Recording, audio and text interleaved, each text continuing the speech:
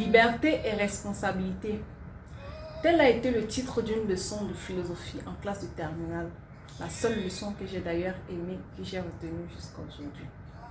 J'aimerais partager ce sujet avec vous et je vous invite à rester jusqu'à la fin.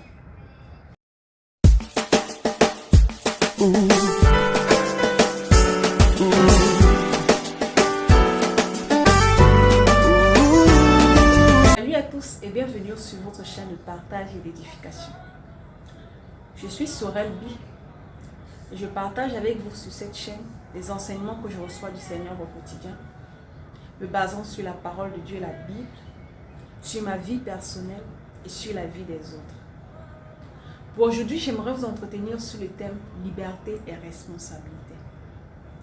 Beaucoup de personnes voudraient être libres, mais beaucoup ne veulent pas être responsables.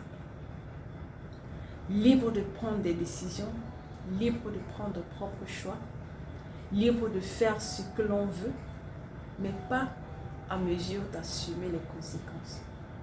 Car en réalité, nous sommes le produit, nous sommes le fruit des choix et des décisions que nous prenons dans la vie.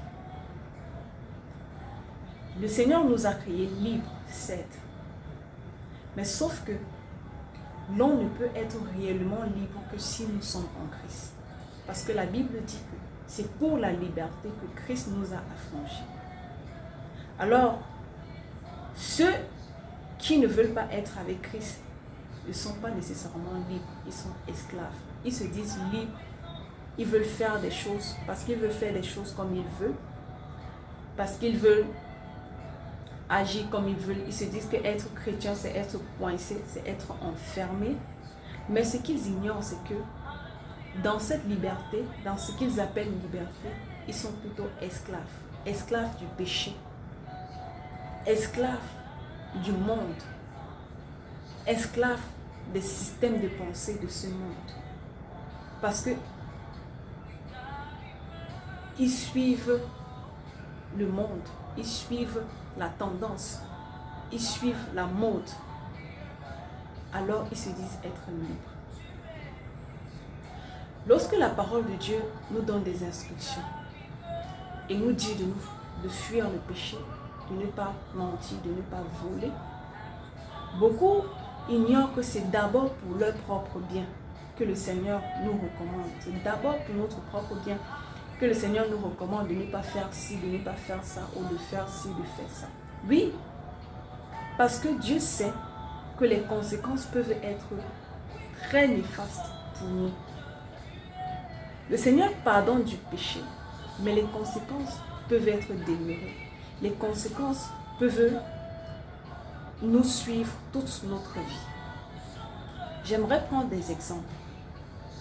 Quelqu'un, par exemple, qui s'est tatoué le corps, pourtant la Bible interdit de se scarifier, il va s'être venu, il va demander pardon, le Seigneur va le pardonner, mais son corps va rester tacheté. Et toute sa vie, il aura ses marques sur le corps. Quand il va voir, ça va lui faire penser à sa vie, à son ancienne vie, ça va lui donner des mauvais souvenirs. Une jeune fille, par exemple, qui se livre dans la fornication, pourtant le Seigneur lui dit de ne pas forniquer, peut choper par exemple une grossesse. Le Seigneur va pardonner son péché, qui est la fornication. Mais le bébé va rester, il va lui rappeler tous les jours son ancienne vie, ou alors les chagrins qu'elle a pu avoir dans ses relations précédentes, et ainsi de suite. Un jeune homme qui se livre dans toutes sortes de choses, quelqu'un qui vole, tu vas demander pardon au Seigneur, le Seigneur va te pardonner pour ton vol, mais sauf que quand tu vas voler, on va t'arrêter, on va te mettre en prison. Tu vas écoper, tu vas devoir répondre de cet acte, tu dois être responsable de cet acte que tu as posé. Donc, aujourd'hui, j'aimerais encourager quelqu'un à faire le bon choix de sa vie et à choisir le bon camp. Christ dit, je mets devant toi la vie et la mort, mais je te conseille de choisir la vie. Oui, choisissons la vie. Et la vie, la véritable, se trouve en Christ. Et ce n'est qu'en Christ qu'on peut être véritablement libre.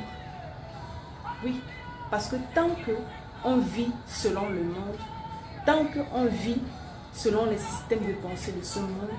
Tant qu'on veut suivre la mode de ce monde, nous ne sommes pas libres. En réalité, nous sommes esclaves. La vraie liberté, c'est en Jésus-Christ. La vraie liberté, c'est en Jésus-Christ.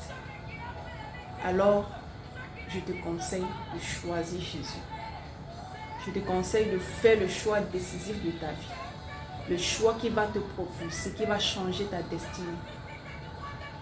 Je te conseille de t'attacher à ce Jésus qui offre la vraie liberté.